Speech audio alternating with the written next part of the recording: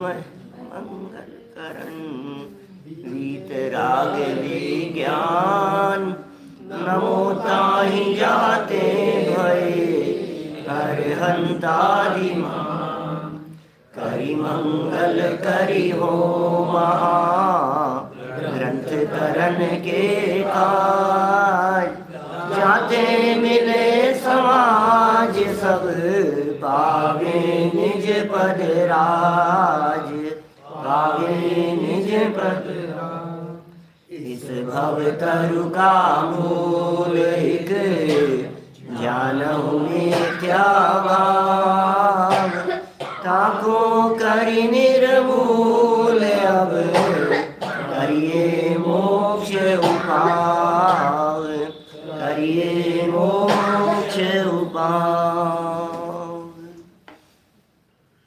मोक्ष मार्ग प्रकाशक नामक ग्रंथ है और मानो करिए मोक्ष उपाव ये जो चर्चा है या ताको करी निर्मूल अब ये चर्चाएं ये संपन्न होती सी नजर आ रही है। 7वें अधिकार के अंतर्गत सम्यक्त्व सन्मुख मिथ्या दृष्टि जीवों का यह प्रकरण चल रहा है। चर्चा मिथ्या दृष्टि जीवों की है लेकिन मिथ्या दृष्टि बने रहने के लिए नहीं है। मिथ्या दृष्टियों की चर्चा मिथ्यात्व का अंत कर देने के लिए है। माने क्या विधि है इस मिथ्यात्व का अंत करने की, किस तरह से यह मिथ्यात्व का अंत होता है। लगातार वो प्रक्रिया अपनी यहाँ चल रही थी। ये प्रकरण कई दिनों से अपना यहाँ चल रहा है और कौन जीव सम्यक्त्व सन्मुख होता है या ये जीव सम्यक्त्व सन्मुख कब तक बना रहता है, इसकी चर्चा कल थोड़ी बहुत की है। और कब सम्यक्त्व प्राप्त करेगा आज वो चर्चा भी हम आपके बीच में करेंगे। बड़ी सुंदर लाइनें हैं, एक एक लाइन बहुत हृदय की गहराई में उतर करके लिखी है। बहुत भावपूर्वक इन शब्दों की रचना हुई है। पेज नंबर 260 है हिंदी में, गुजराती पुस्तकों में 266 नंबर पेज है, हिंदी में 260। इस प्रकार इस जानने के अर्थ कभी स्वयं ही विचार करता है। कल पढ़ा था हमने सब, कभी स्वयं ही विचार करता है, कभी शास्त्र पढ़ता है, कभी सुनता है, कभी अभ्यास करता है, कभी प्रश्नोत्तर करता है। कौन है ये जीव जो ये सब कर रहा है? ये सम्यक्त्व सन्मुख जीव है। ये वो जीव है जिसने अपना लक्ष्य बनाया है कि मुझे सम्यक दर्शन प्राप्त करना है। ये वो जीव है जो निरंतर ये भावना भा रहा है कि अब मुझे सम्यक दर्शन तो लेके ही रहना है। सम्यक दर्शन प्रकट हुए बिना नहीं रहेगा। कदम बढ़ रहे हैं मोक्ष मार्ग में जिस जीव के, ये वो जीव है। अब हम लोग जितने लोग ये विकल्प करते हैं सम्यक दर्शन के संबंध में, उन्हें विचार करना चाहिए कि क्या हम इस प्रक्रिया से, इस दौर से गुजर रहे हैं। विचार करना चाहिए क्या हमें, क्योंकि जब तक इस प्रक्रिया से नहीं गुजरेगा तब तक होगा नहीं। जैसे मान लीजिए सांगानेर जाना हो, पहुंचना हो, तो पूछते हैं भाई कहाँ तक आ गए रास्ते में, तो बोले अजमेरी गेट आ गया क्या? नहीं। तो ये आ गया क्या? कि नहीं अभी तो नहीं आया। तो अभी तो पहले तो ये आएगा रास्ते में, रास्ते में सांगानेरी गेट आएगा, अजमेरी गेट आएगा, SMS आएगा, है कि अल्बर्ट हॉल आएगा, जो भी ये जो है रास्ते में ये आएंगे ना रास्ते में। ऐसा तो हो नहीं सकता यहाँ से सांगानेर पहुँचने वाला व्यक्ति इन सब चीज़ों का उल्लंघन करके वहाँ पहुँच जाए। इसी तरह से जिस जीव को सम्यक दर्शन की प्राप्ति होनी है वो जीव किस प्रक्रिया से गुजरेगा? तो बोले ये कह रहे हैं या तो खुद विचार करेगा और विचार करते करते अपने विचारों की दृढ़ता के लिए पढ़ेगा और पढ़ी हुई बात को ही सुनेगा और अकेला पढ़ना सुनना विचार ही नहीं, उसका निरंतर अभ्यास भी करे और प्रश्नोत्तर आदि के माध्यम से इसमें प्रवर्तन करे और इतना सब कुछ करते हुए यदि उदास बैठा रहे तो काम नहीं चलेगा। हर्ष बहुत होना चाहिए।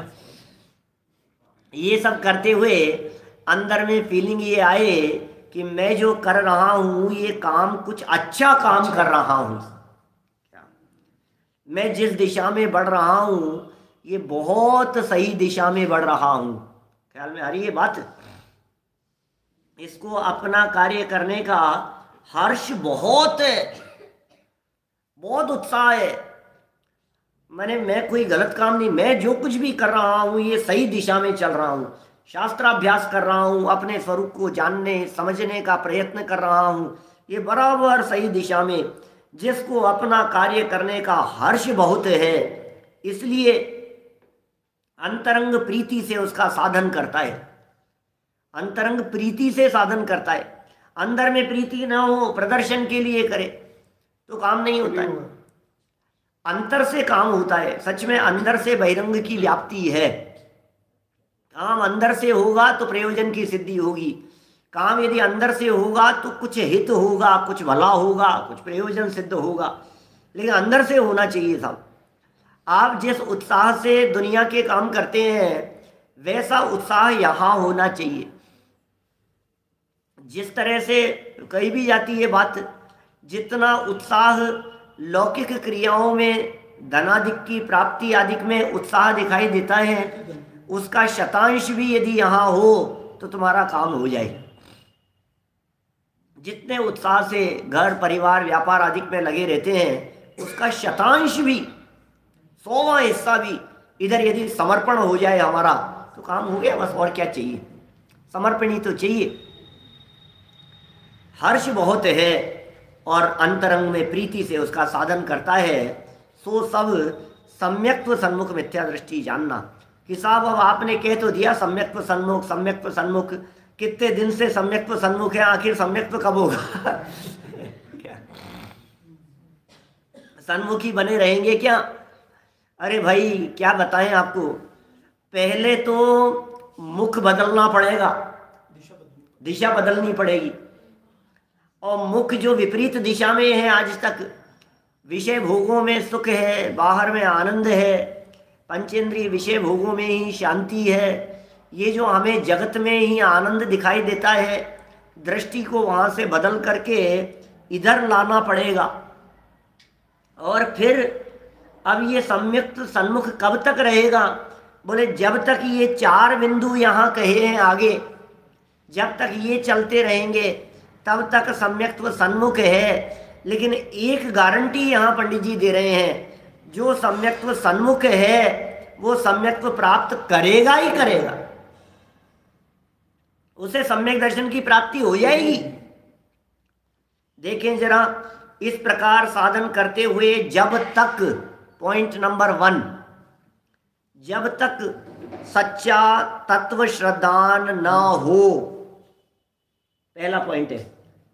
फिर दूसरा पॉइंट, यह इसी प्रकार है, ऐसी प्रतीति सहित जीवादि तत्वों का स्वरूप आपको भासित न हो। पॉइंट नंबर 3, जैसे पर्याय में अहम बुद्धि है वैसे केवल आत्मा में अहम बुद्धि न आए। पॉइंट नंबर 4, हित अहित रूप अपने भावों को न पहचाने तब तक, ये जब तक लिखा था ना 4 लाइन ऊपर, ये जब तक जब वाक्य लिखा जाता है तो तब तक नहीं आए तब तक वो अधूरा है वाक्य। यदि जब तक से वाक्य को शुरू किया गया है तो कब तक वाक्य पूरा नहीं होगा? बोले जब तक तब तक नहीं आएगा। जब तक तब तक नहीं आएगा, तब तक जब तक वाला वाक्य अधूरा है? तो कह रहे हैं जब तक सच्चा तत्व श्रद्धान न हो, फिर वाक्य को जोड़िए नीचे से, जब तक सच्चा तत्व श्रद्धान न हो, फिर नीचे आ जाइए बिल्कुल, तब तक सम्यक्त्व के सन्मुख मिथ्या दृष्टि है। ठीक है साहब, पहला पॉइंट हो गया, पूरा यहाँ होगा। फिर दूसरा, यह इसी प्रकार है, ऐसी प्रतीति सहित जीवादि तत्वों का स्वरूप आपको भाषित न हो तब तक सम्यक्त्व के सन्मुख मिथ्या दृष्टि है। फिर जब तक जैसे पर्याय में अहम बुद्धि है वैसे केवल आत्मा में अहम बुद्धि न आए तब तक सम्यक्त्व सन्मुख मिथ्या दृष्टि है। और चौथा पॉइंट, जब तक हित अहित रूप अपने भावों को न पहचाने तब तक सम्यक्त्व सन्मुख मिथ्या दृष्टि है। माने काम क्या करना है हमारे को, ये 4 काम करने हैं और इन 4 कामों के लिए अभ्यास करना है। और कब तक अभ्यास करना है? जब तक ये काम पूरा नहीं हो जाए।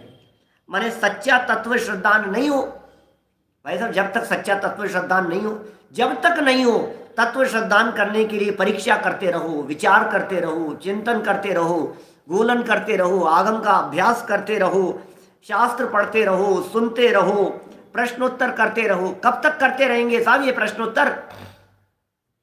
ये प्रश्नोत्तर कब तक करते रहेंगे? हम कब तक करते रहेंगे? शास्त्र कब तक पढ़ते रहेंगे? बोले जब तक सच्चा तत्व श्रद्धान नहीं हो तब तक पढ़ते रहें, तब तक अभ्यास करते रहें। कि साहब यहाँ मंदिर कब तक आते रहेंगे? पंडित जी आप बता दो कब तक आते रहेंगे? बोले जब तक सच्चा तत्व श्रद्धान नहीं हो तब तक आते रहना, तब तक सुनते रहना। अकेला आना और सुनना ही नहीं, ऊपर की लाइनों में जो अभ्यास करने की बात कही थी वो भी करते रहना। अभ्यास घर के लिए होता है, पढ़ाई क्लास में होती है। टीचर ने क्लास में पढ़ा दिया और कहा जाओ, पाठ पढ़ाने के बाद क्या कहा? जाओ अब इसका अभ्यास करना। अभ्यास क्या होता है? होमवर्क होता है। और मुझे मालूम है कि हम कोई अभ्यास नहीं करते। यहाँ से जैसे उठ करके जाते हैं वैसे ही उठ करके दूसरे दिन वापस आ जाते हैं। तो काम तो तब तक नहीं होगा जब तक अभ्यास घर पे कितना कर रहे हैं बतलाइए, दुकान पर कितना कर रहे हैं भैया? यहाँ तो थ्योरी है, प्रैक्टिकल तो दुकान पर होता है। युधिष्ठिर ने किया था अभ्यास, बिल्कुल सच से बोलना चाहिए। अभी कही थी ना 2-4 दिन पहले ही की थी चर्चा। अभ्यास करो इसका। दुकान पर बैठे बैठे, घर में, परिवार में, लोगों के सामने जब आप खड़े हो तब आप अभ्यास करो। जब प्रतिकूलताएं बनती है तो पता लगता है कि अभ्यास कितना हुआ। अनुकूलताओं में नहीं पता लगता है, प्रतिकूलताओं में पता लगता है। जब माथा गर्म होने लगता है ना तो पता लगता है कि कितना अभ्यास किया हुआ है।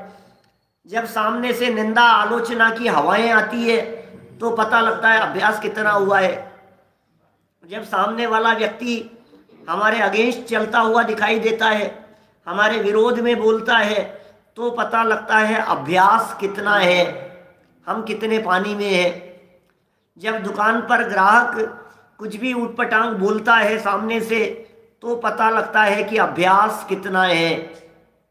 तो अभ्यास तो बाहर करना पड़ेगा, मंदिर में सुनना और मंदिर के बाहर निकलकर अभ्यास करना। क्या जब आपकी गाड़ी को कोई पीछे से ठोक देता है तो पता लगता है अभ्यास कितना है। अरे तो बात सामने आती है कि आप कितने शांत रह पाते हैं। आलोक जी वैसा करत करत अभ्यास के जड़मती होत सुजान, रस्सी आवत जात ते सिल पर पड़त निशान। क्या करत करत अभ्यास के, अभ्यास करते जाओ, अभ्यास करते जाओ, करते जाओ अभ्यास। ये भेद विज्ञान का बल ही होता है कि व्यक्ति प्रत्येक प्रतिकूल परिस्थिति में भी शांत रहते हैं, सहज रहते हैं।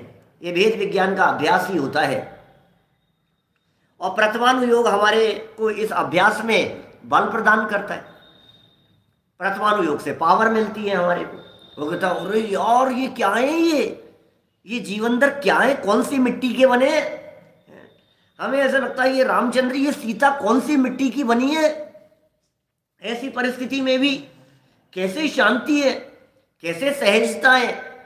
जंगल में छुड़वा दिया और रावण के यहाँ 6-6 महीने तक है, वो पटरानी बनाने को तैयार है लेकिन ये हिल नहीं रही है। आखिर बल किस चीज का है?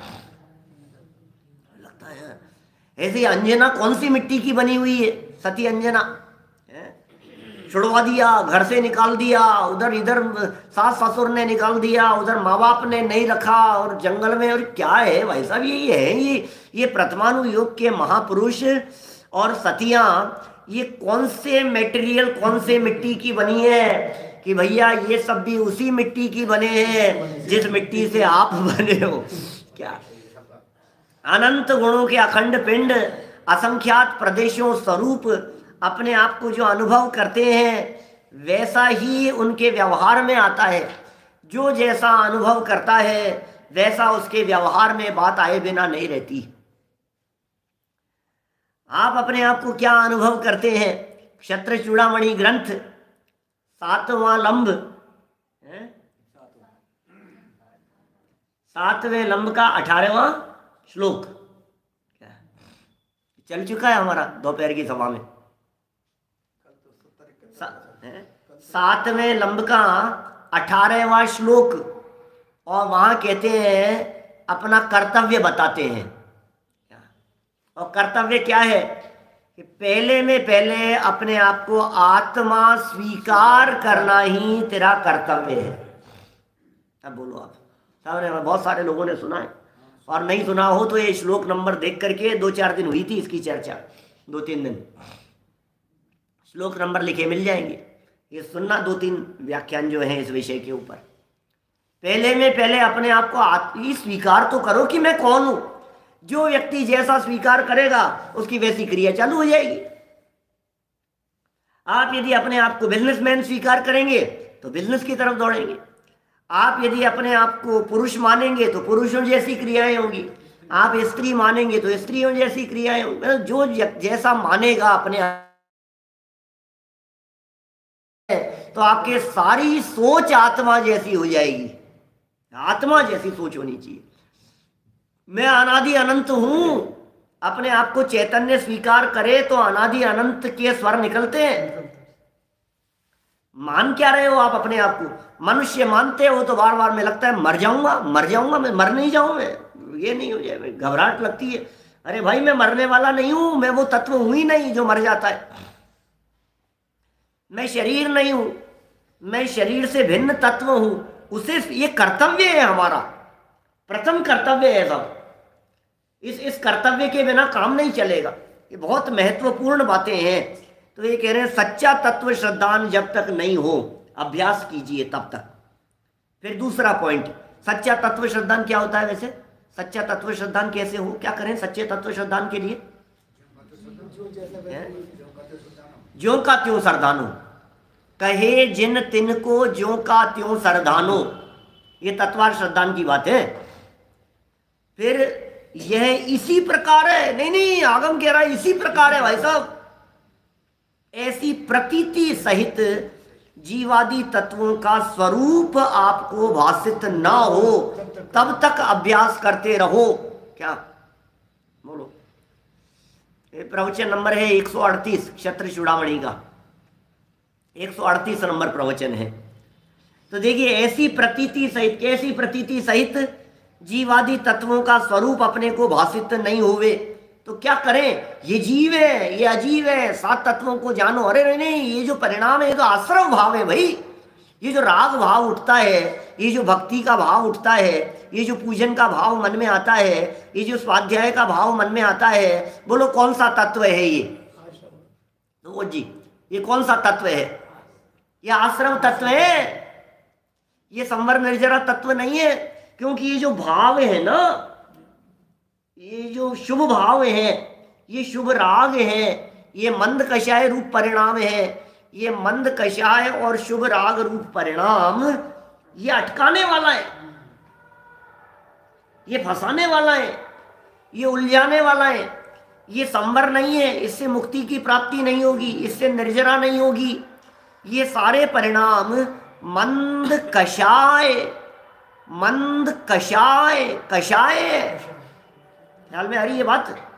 ये कषाय है भाई साहब। तो ये कषाय क्या काम करती है? ये मंद कषाय क्या काम कर रही है? बोले आश्रव तत्व है, बांधने का काम करेगी। राग से बंधता है ये जीव। इसलिए उपदेश दे दिया यहाँ पर इन तत्वों के स्वरूप को बराबर पहचानो, इनकी बराबर एंट्री कीजिए, इनमें कौन मैं हूं कौन मैं नहीं हूं। जीव तत्व क्या है और आश्रव तत्व क्या है, ये तत्व भिन्न भिन्न है ना।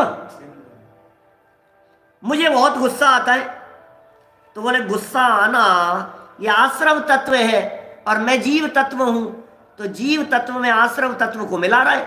सात आखिर सेपरेट तत्व है ना भाई, अभी बोलो, सात तत्व बिल्कुल सेपरेट है ना, अलग अलग। तो जो जीव तत्व है वो अजीव तत्व नहीं है, जो अजीव तत्व है वो आश्रव तत्व नहीं है, जो आश्रव है वो बंध नहीं है। संवर निर्जरा अलग है, मोक्ष तत्व अलग है, सातों ही तत्व अलग अलग हैं। और हमें अपने दिमाग में ये भेद विज्ञान का अभ्यास करते हुए इन सातों तत्वों को अलग अलग गहराई से जानना होगा। सातों ही तत्वों को अलग अलग जानो, गहराई से जानो, और इनमें कौन सा तत्व का क्या रोल है, क्या स्वरूप है, उसे गहराई से पहचानो। आज तक अनादिकाल से यही हो रहा है, या तो सात तत्वों को समझता जानता नहीं है, पढ़ा पढ़ाया ही नहीं, और कदाचित पढ़े पढ़ाए भी तो क्या करता है, आश्रव को संवर जाना, बंध से ही मुक्ति माना। बोलो, ये हो रहा है आज तक, अपनी खबर नहीं है। आश्रम को बंध पहचान लिया, बंध से मुक्ति समझ ली, शुभ राग करते करते धर्म हो जाएगा ये मान लिया, पुण्य करते करते मुक्ति हो जाएगी ऐसा समझ लिया। ये कितनी बड़ी गलतफहमी में है, बहुत बड़े धोखे में है भाई साहब। तो इन सब चीज़ों को बराबर हमारे को गहराई से समझना चाहिए, जब तक यथार्थ भाव वासित नहीं हो। और ये यथार्थ भाव वासित हुआ, इसके संबंध में तीसरा पॉइंट, जैसे पर्याय में अहम बुद्धि है वैसे केवल आत्मा में अहम बुद्धि नहीं आए। क्या बात कहते हैं भाई साहब, ये पर्याय में जैसी अहम बुद्धि है, जैसी धड़कन दिखती है हमारे को, भाई साहब तबीयत खराब हो जाए, एक्सीडेंट हो जाए, दुर्घटना हो जाए, हार्ट की, किडनी की, कैंसर की, ऐसी कोई बड़ी परेशानी आ जावे, रातों की नींद उड़ जाती है, रात भर नींद नहीं आई, बच्ची की उम्र बहुत ज़्यादा हो जाए, शादी नहीं हो रही हो, कितनी तरह के बिजनेस के अंदर अचानक लॉस लग जाए, दुकान में आग लग जाए, कोई ऐसी बड़ी घटना घट जाए, आंखों के सामने बच्चे की कोई हत्या करके चले जाए, जवान बेटे की मौत हो जाए। ये घटनाएं ऐसी होती है जिन घटनाओं में अरे रात भर नींद नहीं आ रही है, कई कई दिन तक नींदें उड़ गई है, ऐसा होता है जैन साहब। ऐसी घटनाओं में सुनो, जितना इन घटनाओं में आपको अहम बुद्धि है, ये कह रहे हैं ऐसी केवल आत्मा में अहम बुद्धि नहीं आए। वहां तो नींदें उड़ रही हैं, लेकिन यहाँ क्यों नींद आ रही है बताओ मुझे। यहाँ ये क्यों नहीं हो रहा है कि भैया यदि ये जीवन पूरा हो गया तो क्या होगा, ये मिथ्यात्व रूपी कैंसर को दूर करने का विकल्प क्यों नहीं आता है। वहां तो आपको नुकसान दिखाई दे रहा है, यहाँ ये नुकसान नहीं दिखता है कि यदि ये जीवन पूरा हो गया तो नरक में जाएगा कि त्रियंज में जाएगा, कि एकेंद्रीय आदि पर्यायों में रुलता रहेगा। कुछ नींदें उड़ती है क्या इसकी चिंता में भी कभी लगता है ऐसा है? कभी उड़ती है ऐसी नींद? बोलो, देखो आत्मा स्वीकार करो अपने आप को। अवनीश भाई लिखा है 137, 138, 139 तीन प्रवचन है इसके ऊपर। आत्मा स्वीकार करो, आत्मा स्वीकार करेगा तो आत्मा की चिंता होगी, देह स्वीकार करेगा तो देह की चिंता होगी, व्यापारी स्वीकार करेगा तो व्यापार की चिंता होगी। बोलो क्या करेगा? अपने आप को पारिवारिक मानेगा तो परिवार की चिंता होगी, सामाजिक मानेगा तो समाज की चिंता करेगा, अपने आप को मंदिर का अध्यक्ष मंत्री मानेगा तो मंदिर की चिंता होगी। बता तो सही क्या क्या करेगा, किसकी चिंता है? तो अपने आप को यदि आत्मा मानता है तो आत्मा की चिंता होती है, अरे भैया ये जीवन तो पूरा हो जाएगा, लेकिन नरक में, निगोद में, एकेंद्रीय आदि पर्यायों में फिर काले अनंत अरे दुख का घन छाएगा। यदि अवसर चूका तो भव भव पछताएगा। बोलो, यदि अवसर चूका तो भव भव पछताएगा। फिर काल अनंत अरे, काल अनंत अरे, दुख का घन छाएगा। लगता है भैया चूक जाएगा तो क्या होगा, भैया चूक जाएगा तो क्या होगा। कई बार ऐसी कंडीशन होती है ना, प्रैक्टिकल बतलाता हूं आपको थोड़ा सा। रमेश जी बुरीचा साहब बोलो, क्या है, कई बार ऐसी स्थितियां बन जाती है, कभी किसी कंपटीशन में, कभी किसी परिस्थिति में, कभी किसी बिजनेसमैन के साथ में डीलिंग होने में, कभी कोई चीज़ फाइनल होने में, आप ऐसा महसूस करने लग जाते हो यार इस बार तो जान लगा देनी है मेरे को, क्योंकि यदि ये मौका चूक गया ना तो फिर ये डील निकल जाएगी मेरे हाथ से, दोबारा मौका नहीं आएगा हाथ में। बोलो, लगता है कि नहीं ऐसा? जब आईएएस की तैयारी कर रहा होता है कोई विद्यार्थी तो कितनी जी जान लगा देता है, नहीं यार ये मेरा तो लास्ट मौका है, 28 साल की उम्र तक दे सकते हैं, 25 की उम्र तक दे सकते हैं, जेआरएफ इतने उम्र तक निकलती है, ये होता है, मेरे तो मौका इस बार तो बस मैं कुछ भी हो जाए चाहे, क्योंकि यदि ये मौका निकल गया तो बस फिर तो सपना ही रह जाएगा, फिर नहीं हो पाएगा काम। ये मौका है मेरे पास में, इस बार तो मुझे ये काम बस कैसे भी करके करना है, क्योंकि अभी नहीं हुआ तो फिर समझ लो फिर नहीं होगा, आज नहीं हुआ तो फिर ये काम पता नहीं फिर क्या होगा, ये करना ही करना है ये काम, मर पच करके भी। 23वां कलश समय सार का, आई कथम अपि मृत्वा तत्व कौतु अलीसन अनुभव भव मूर्ते पार्श्ववर्ती मुहूर्तम प्रथगत विलसंतम स्वम समालोक्य ये न तेजसी जगिति मूर्ति आसाकमेकत्व मोहम।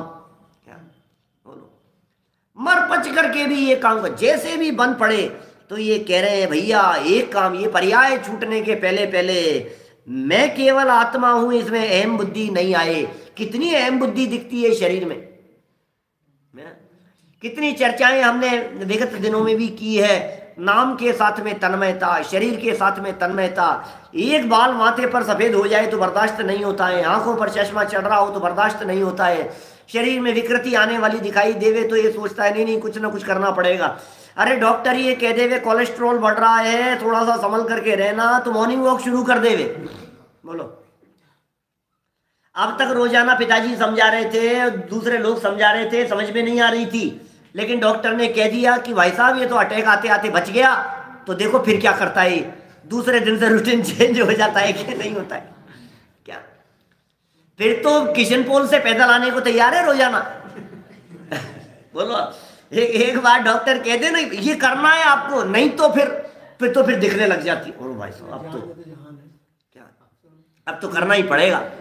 अभी तक रोजाना क्या बहाना बना रहा था, टाइम नहीं मिलता है, समय नहीं है, कौन करे यार, अरे यार सब ऐसे ही है। अब तो प्राणायाम भी दिख रहा है, अब तो मॉर्निंग वॉक भी दिख रही है, अब तो न मालूम क्या क्या अनुलोम विलोम, और खान पीन के अंदर इतनी सावधानी। अब क्या हुआ है, अब कहाँ से समय निकाल रहा है रोजाना एक्सरसाइज करने के लिए, अब कहाँ से समय निकाल रहा है, अनुलोम विलोम कर रहा है और कपालभाति कर रहा है और ये कर रहा है और एक्सरसाइज कर रहा है और दौड़ रहा है और जॉगिंग कर रहा है और धूप में बैठा है, और है विटामिन डी की कमी है, धूप में बैठा करो।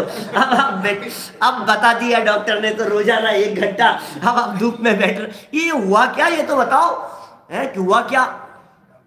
आपने अपने आप को, ये शरीर में अहम बुद्धि है ना, तो डॉक्टर के कहते ही तुरंत और अब तो ऐसा अलर्ट हो जाता है कि भाई साहब मर जाऊंगा, करना ही पड़ेगा मुझे ये सब। अब तो सब तरफ से दृष्टि हटा करके तो ये कह रहे हैं भैया जैसी थी ना ये देह में एकत्व बुद्धि, जैसे पर्याय में, पर्याय माने असमान जाति द्रव्य पर्याय में, क्या सुनो, पर्याय में या असमान जाति द्रव्य पर्याय, इस मनुष्य पर्याय में जैसी अहम बुद्धि है, मेरा ये मनुष्यत्व छूट नहीं जाए, वैसे केवल आत्मा में अहम बुद्धि नहीं आए। आइए जैन साहब सही कह रहे हैं बाहर के डॉक्टर की तो फटाफट सुन लेता है, लेकिन आत्मा के डॉक्टर की कब सुनेगा? ये भी तो डॉक्टर निरंतर कह रहे हैं भैया संभल जाओ संभल जाओ संभल जाओ। आज इनका जीवन पूरा हो गया, आज उनका हो गया, अरे यार जवान दोस्त था ये चला गया, अरे यार वो मेरे दोस्त का बेटा मर गया, ये क्या हुआ? अरे भाई अब तो समझ जाओ, ये सब देख देख करके, ये सारी बातें देख देख करके भी संभलता नहीं है, कब संभलेगा? ये कह रहे हैं जब तक नहीं हो, अरे देह में एकत्व बुद्धि तोड़ो और आत्मा में एकत्व बुद्धि करो, निरंतर एकत्व बुद्धि करने का प्रयत्न करो। अहम बुद्धि, ये मैं हूं, ये अहम बुद्धि जैसी पर्याय में है वैसी होनी चाहिए। माने जिस तरह से देह के लिए सब कुछ करने के लिए तैयार है, इसी तरह से आत्मा के इलाज के लिए कुछ भी करने को तैयार होना चाहिए। छोटे दादा डॉक्टर भारेल जी उदाहरण देते हैं इस तरह का, शिविर लगाना है क्या, पूछूंगा, बात करता हूँ मुमुक्षु मंडल की मीटिंग बुलानी पड़ेगी है? और डॉक्टर के पास में गया और डॉक्टर ने हमारे को कह दिया किडनी फेल हो रही है, ये हो रहा है, ऑपरेशन करना पड़ेगा, स्टंट डालने पड़ेंगे, अभी करना पड़ेगा, अटैक, ये तो ब्लॉकेज है नसों के अंदर, तो इतना पैसा लगेगा। करो डॉक्टर साहब, फोन भी नहीं करते घर पे। क्या चेकअप कराने के लिए गया था और डॉक्टर ने कहा कि अभी की अभी करना पड़ेगा, नहीं तो अटैक, ये है ना ब्लॉकेज है, ये 90% ब्लॉक है नसों में, 100% है सर्जन। और वो कहता है तो ये अब ये नहीं कह रहा है घर पूछूंगा, बच्चे से पूछूंगा, अभी तो सीजन का टाइम है, अभी तो ये टाइम है, 2 महीने बाद, अभी तो घर में बच्चे, अब नहीं दिखता है, वो सेल्फ डिसीजन ले लेता है, तुरंत डिसीजन। आप ये कहो साहब कि शिविर लगाना है एक, क्या कितने का खर्चा आएगा? अच्छा इतना कम में काम नहीं चलेगा क्या? ऐसा नहीं हो सकता है क्या?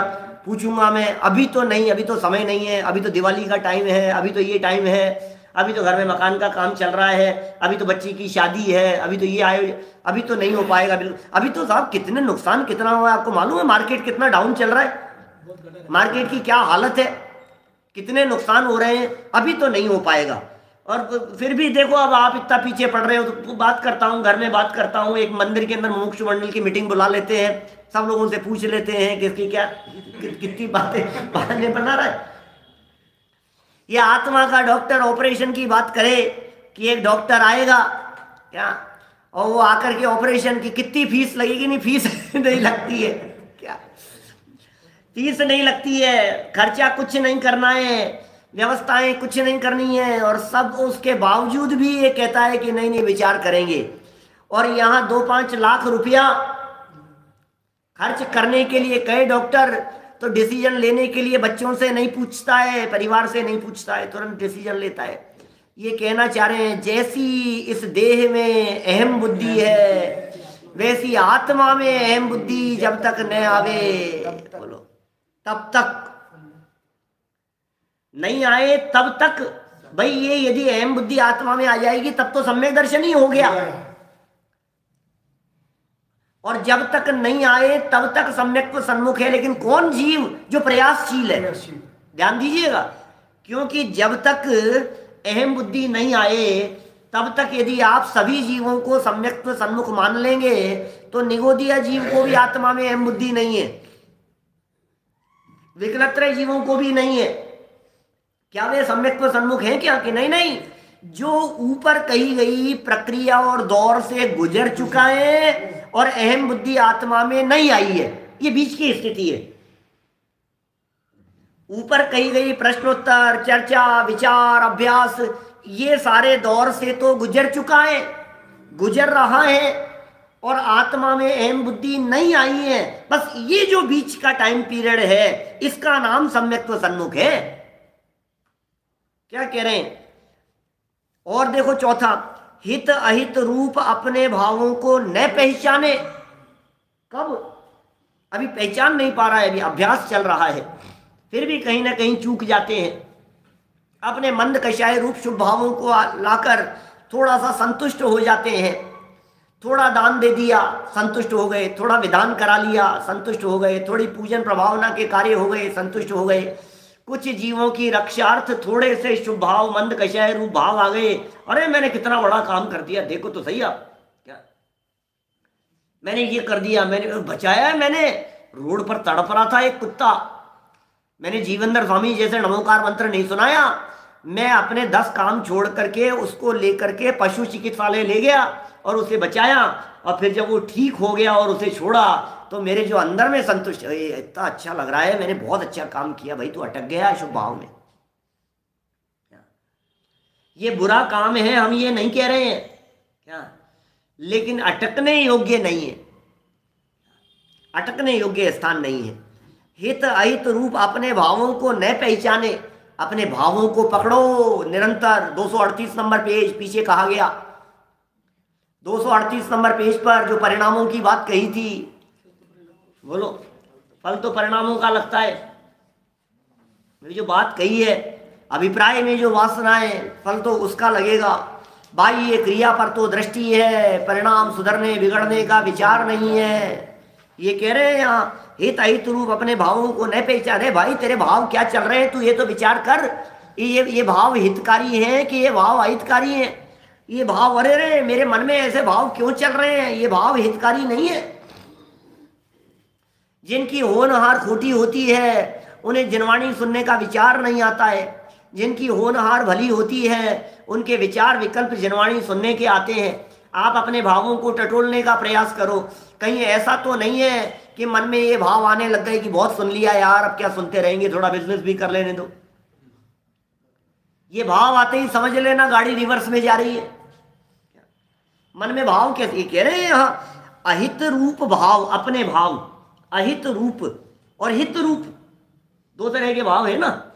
तो अब इन भावों का निर्णय कौन करेगा कि मेरे ये भाव हित रूप थे या अहित रूप थे, इसका निर्णय कौन करे, बोलो इसका निर्णय कौन करेगा।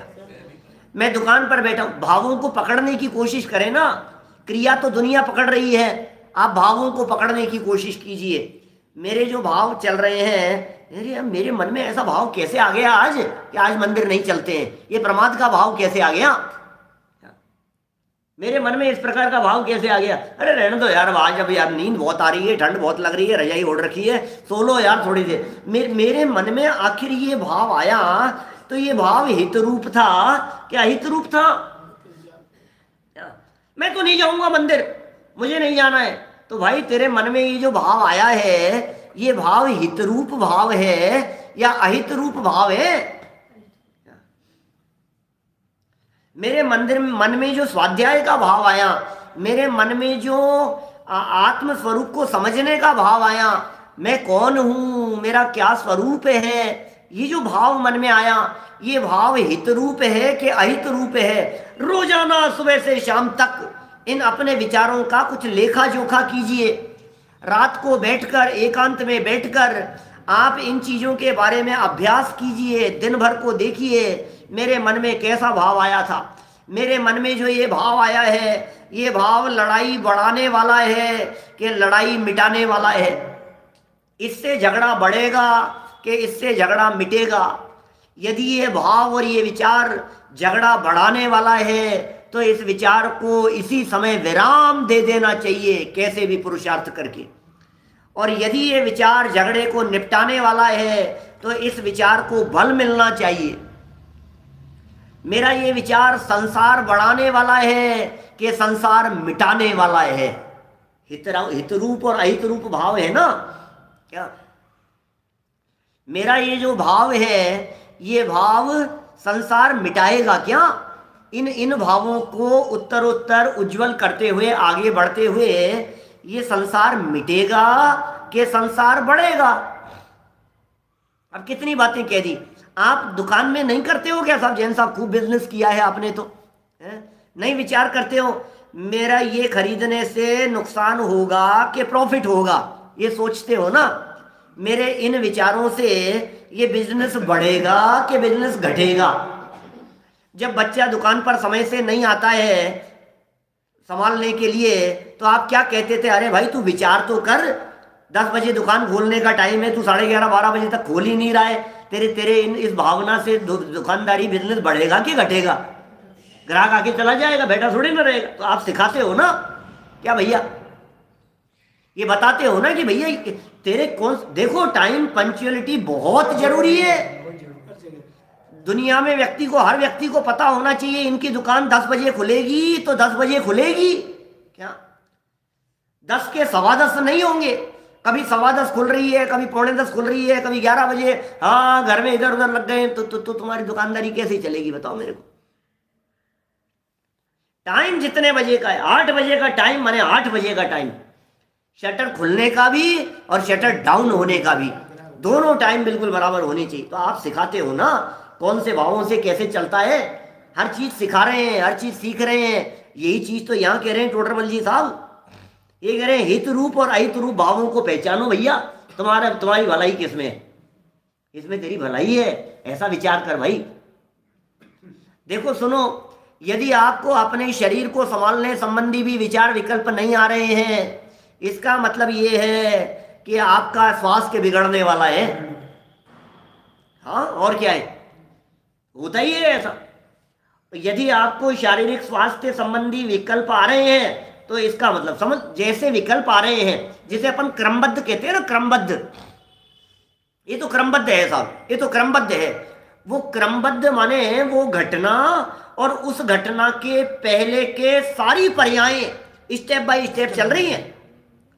आपके यदि यहां से उतरने के बाद आपका मुख इस दिशा में है तो आपकी क्रमबद्ध में सामान्य गेट है, और आपका मुख यदि इस दिशा में है तो आपके आने वाले क्रम में बड़ी चौपड़ दिख रही है। आप समझ रहे हैं?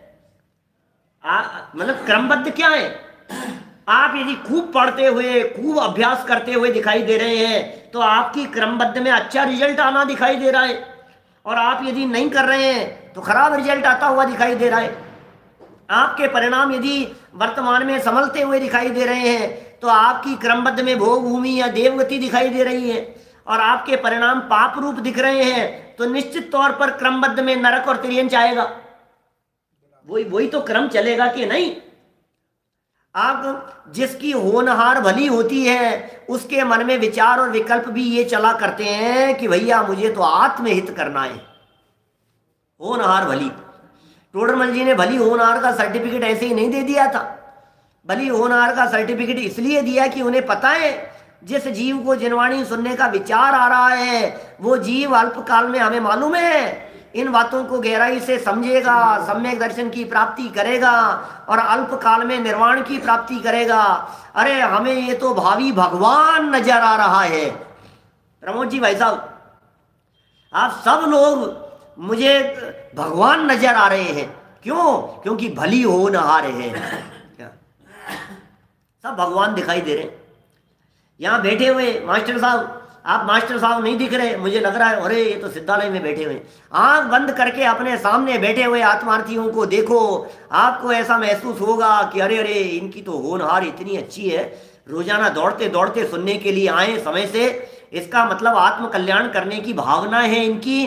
और जिस जीव की ऐसी भावना है, सुनील जी सर्राफ साहब बोलो, ऐसी भावना है तो क्या सम्यक दर्शन प्राप्त नहीं होगा?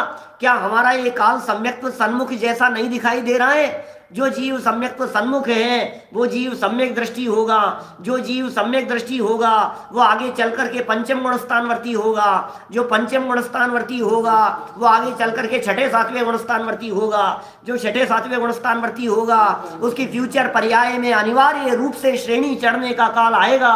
जो श्रेणी चढ़ेगा भले ही वहां से रिवर्स आ जाए 11वें से, उसके बावजूद भी वो दोबारा चढ़ लेगा।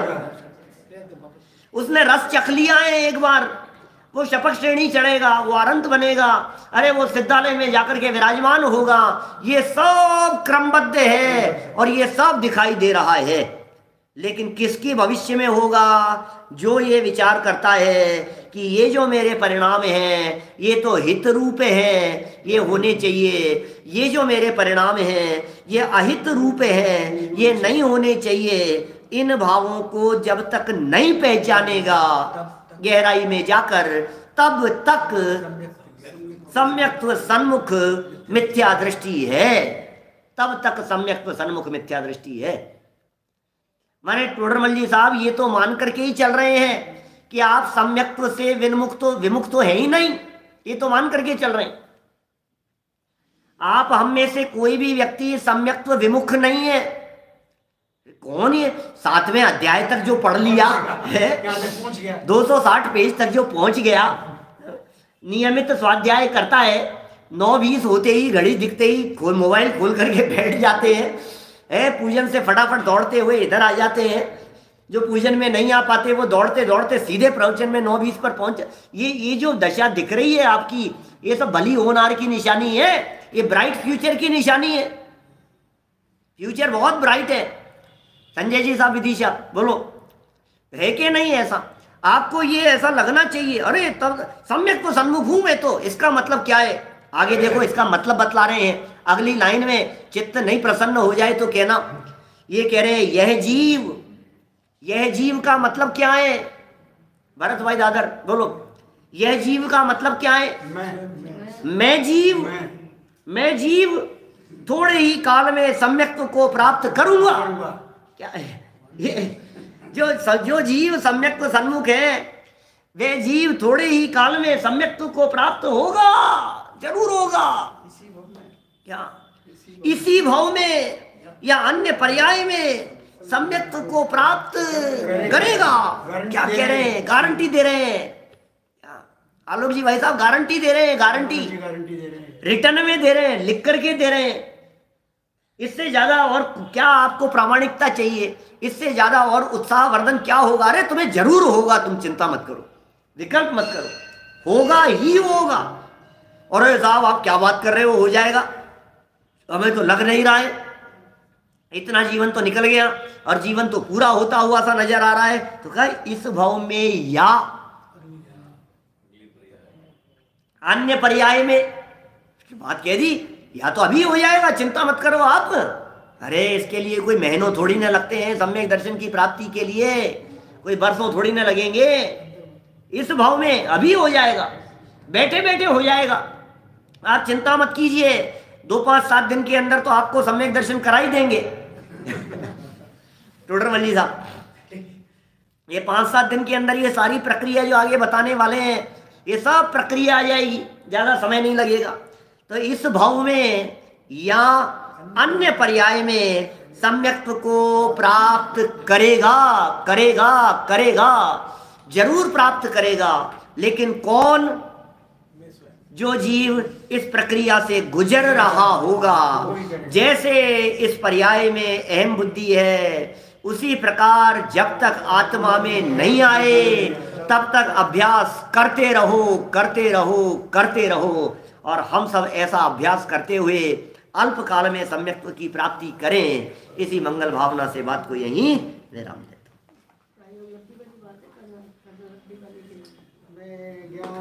अभी तो प्रायोगिक चल रहा है। स्वभावी हूँ मैं, ज्ञानानंद स्वभावी हूँ मैं, हूँ अपने में स्वयं पूर्ण, पर ही मुझ में कुछ गंध नहीं। मैं अर्श अरूपी स्पर्शी, पर से कुछ भी संबंध नहीं। मैं रंग राग से